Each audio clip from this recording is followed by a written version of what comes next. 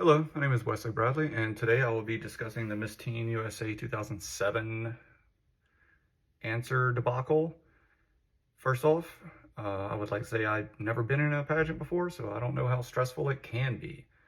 However, she was not very well prepared for the question or the answer. So number one, chooses and narrows a topic appropriately for the audience and occasion. The contestant was given the question regarding how many Americans are not able to accurately interpret a map or find where the United States of America is on a map. She did not seem to narrow down her response to just Americans. She seemed to focus on other countries and how we should help them, and she did not address the issue of the question.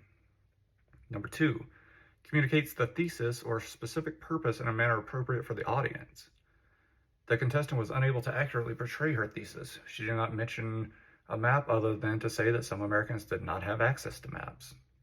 She also did not address the state of the American educational system. If people are unable to find America on a map, then that would indicate that there's a problem with our education system. Number three, provides supporting material, including electronic and non-electronic presentational aids, appropriate to the audience and the occasion. Given this was a random question in a beauty contest, she did not have a chance to prepare any demonstrations nor teaching aids, so can't really knock her for that.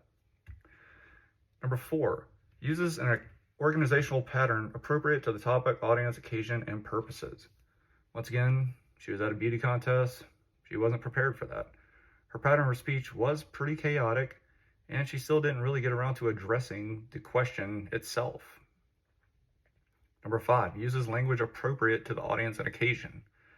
This is where I have a bit of a problem. She used quite a bit of filler words. She used and such as. She even addressed Iraq as the Iraq. And then she just lumped all Asian countries together without specifically naming one.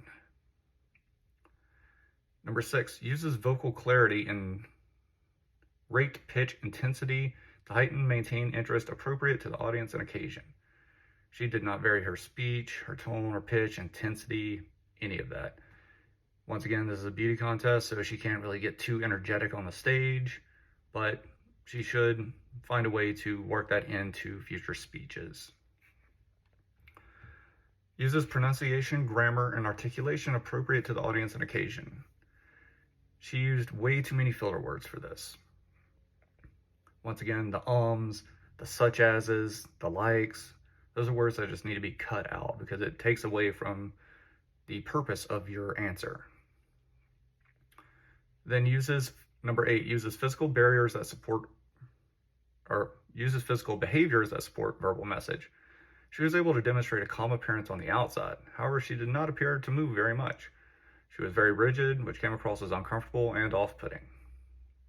Now, for ways that she could improve or areas of improvement.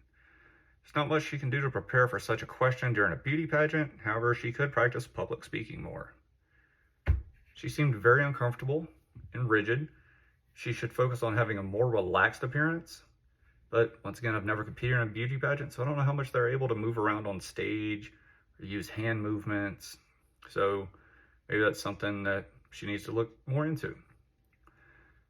She should also work on getting rid of the filler words. Once again, I'm going to bring this up. Filler words kill your credibility in a speech. It makes you seem like you're not well-versed or well-informed on the topic you are currently discussing. And then, final point of improvement, she never answered the question. She gave her best attempt at an answer, but she did not answer the question in its entirety or even appear to somewhat answer the question.